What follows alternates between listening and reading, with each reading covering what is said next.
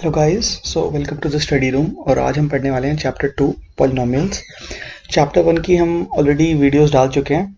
अगर आपने अभी तक नहीं देखी है तो आप अब देख सकते हैं। तो लेट्स स्टार्ट विथ पॉलिनोमियल्स। देखो, पॉलिनोमियल सबसे पहले दो टर्म से बना है। आप यहाँ देख सकते हो, पॉली और नॉमियल। इसमें पॉली का मतलब होता है मल्टीपल और नॉमियल का मतलब होता है टर्म्स। तो it is a combination of multiple terms. अब पॉलिनोमियल की डेफिनेशन हम पढ़ लेते हैं।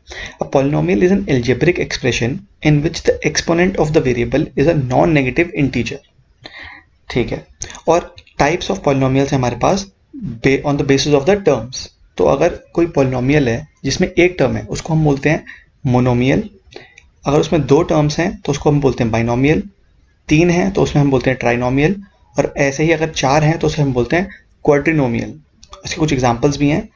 इसमें देखो आप, वन टर्म है, इसमें दो टर्म्स हैं, ट्राइनोमियल में तीन टर्म्स है और क्वाड्रिनोमियल में चार टर्म्स हैं। तो इसमें देखने वाली बात यह है, जो ये चीज़ लिखी है कि जो एक्सपोनेंट होना चाहिए वेरिएबल का वो नॉन नेगेटिव होना चाहिए। इसमें वेरिएबल क्या है? X. Here x is the variable इन सारे एग्जाम्पल्स में। और इसका जो एक्सपोनेंट है, दैट इज इस केस में जैसे स्क्वायर हो गया, इस केस में क्यूब हो गया, तो ये चीज़ नॉन नेगेटिव होनी चाहिए। अब एक क्विज है आपके लिए छोटा सा। What is the degree of the following polynomials? तो इन चारों पॉलिनोमियल्स की आपको डिग्री बतानी थी। तो देखते हैं आपका आंसर क्या क्या आया। तो सबसे पहले हम बात कर लेते हैं व्हाट इज डिग्री। तो डिग्री आपने पढ़ा होगा, it is the highest power of a variable in a polynomial. तो कोई भी पॉलिनोमियल है उसमें जो वेरिएबल प्रेजेंट है उसकी हाईएस्ट पावर को हम डिग्री बोलते हैं उस पॉलिनोमियल की। ध्यान देने वाली बात वो है कि वो नॉन नेगेटिव इंटीजर होनी चाहिए। ठीक है, तो पहला वाला है, इसकी डिग्री हो जाएगी आपकी 1। दूसरा है, इसकी हाईएस्ट पावर देखो, एक्स वेरिएबल की हाईएस्ट पावर क्या है? 2, तो इसकी डिग्री हो जाएगी 2। इसमें डिग्री हो जाएगी 3। और इसमें रूट एक्स को आप लिख सकते हो एक्स रेज टू पावर 1/2, तो इसकी डिग्री क्या हो जाएगी? हाफ, जो कि हो जाएगा आपका बिल्कुल गलत। क्यों? क्योंकि दो चीज़ें ध्यान देने वाली हैं। जो पावर है वो नॉन नेगेटिव होनी चाहिए और इंटीजर होनी चाहिए। इस केस में 1/2 आई है हमारी पावर, और 1/2 एक इंटीजर नहीं होता। तो इसका आंसर क्या होगा? अब क्या हो गया, इसकी डिग्री नहीं है। इसका आंसर डिग्री तक पहुंचेगा ही नहीं, क्योंकि सबसे पहली बात, ये जो है फोर्थ आपका क्वेश्चन, ये एक पॉलिनोमियल ही नहीं है। क्योंकि हमने अभी पढ़ा था पिछली स्लाइड पे, पॉलिनोमियल एक ऐसा एल्जेब्रिक एक्सप्रेशन है जिसमें जो वेरिएबल है उसका जो एक्सपोनेंट होगा it is non negative integer. तो सबसे पहली बात तो ये पॉलिनोमियल ही नहीं है। तो ये ध्यान देने वाला क्वेश्चन था, ट्रिकी। तो अब हम बात करेंगे जीरोस ऑफ पॉलिनोमियल के। मेन टॉपिक है हमारा। तो सबसे पहले हम डेफिनेशन पढ़ लेते हैं। The values of x for which a given polynomial px becomes 0 are called the zeros of the polynomial. तो आप एक पॉलिनोमियल px अगर आप ले रहे हैं तो उसमें x की अगर आपने ऐसी वैल्यू ली जिससे वो पॉलिनोमियल की वैल्यू 0 जाती है, तो वो वैल्यूज x की वो कहलाएंगी जीरोस ऑफ दैट पॉलिनोमियल। और अगर अब आप लीनियर पॉलिनोमियल की बात करें तो जीरो ऑफ लीनियर पॉलिनोमियल क्या होता है? अगर हम किसी लीनियर पॉलिनोमियल की बात करें ax प्लस बी, उसका जीरो क्या होता है? माइनस बी अपॉन ए। अब ये कैसे आया? तो देखो, जीरोस ऑफ पॉलिनोमियल्स वो वैल्यूज होती हैं एक्स की जो पॉलिनोमियल को जीरो बना दें। तो अगर हम इस चीज़ का जस्ट उल्टा कर दें, दैट इज अगर पॉलिनोमियल को जीरो से क्विट कर दें तो हमें जीरोस मिल जाएंगे उस पॉलिनोमियल के। इसलिए हम ए एक्स प्लस बी को इक्वल पुट कर देंगे जीरो के, तो हमारा एक्स क्या आ गया? माइनस बी अपॉन ए। तो इसको अगर आप जनरलाइज करो तो देख सकते हो, बी आपका क्या है? कॉन्स्टेंट टर्म थी, और ए जो है वो है कोफिशिएंट ऑफ एक्स, और माइनस बी अपॉन ए क्या हुआ? Minus of constant term upon coefficient of x. तो जनरलाइज्ड वे में हमने लिख दिया, zero of a linear polynomial a x plus b is minus constant term upon coefficient of x.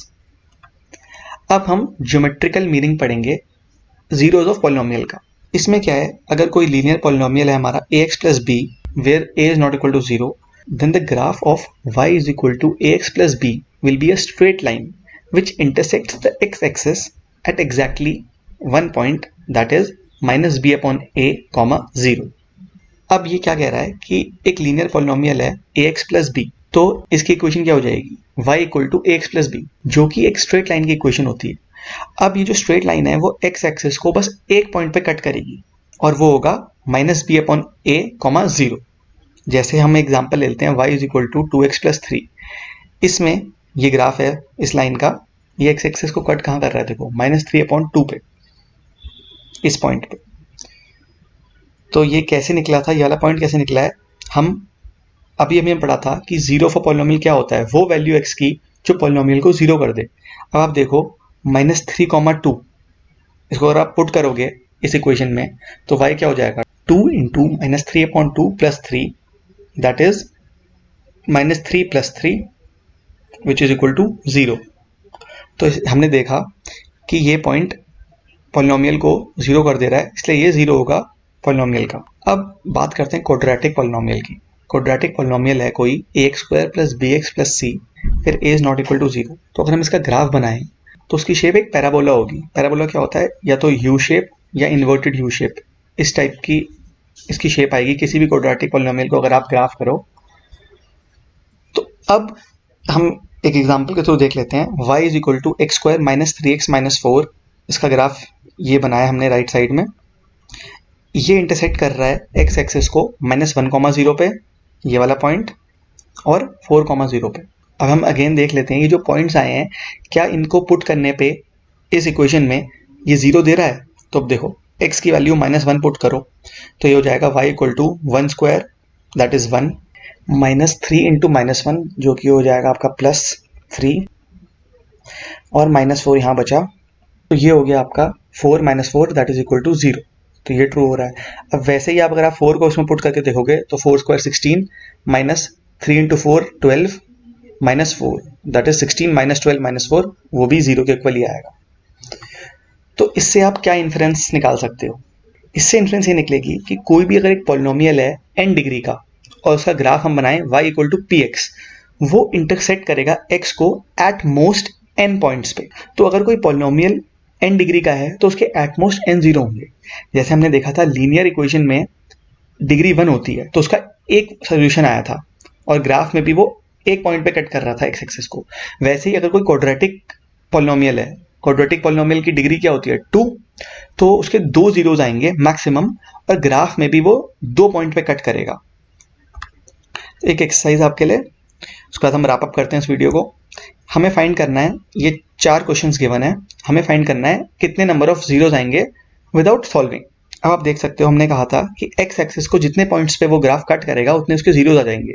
तो इसमें x axis को ये एक पॉइंट पे कट कर रहा है यहाँ पे, तो इसके नंबर ऑफ जीरोज हो गए 1। इसमें x एक्सिस को ये कट ही नहीं कर रहा तो इसके नंबर ऑफ जीरोज हो गए 0। थर्ड क्वेश्चन में ग्राफ x एक्सिस को कट कर रहा है 4 पॉइंट्स पे, 1 2 3 और ये 4, तो इसके नंबर ऑफ जीरोज हो जाएंगे 4। और अगेन फोर्थ क्वेश्चन में x एक्सिस को कट ही नहीं कर रहा है ग्राफ, तो इसके भी नंबर ऑफ जीरोज हो जाएंगे 0। So this was part 1 of chapter 2 polynomials.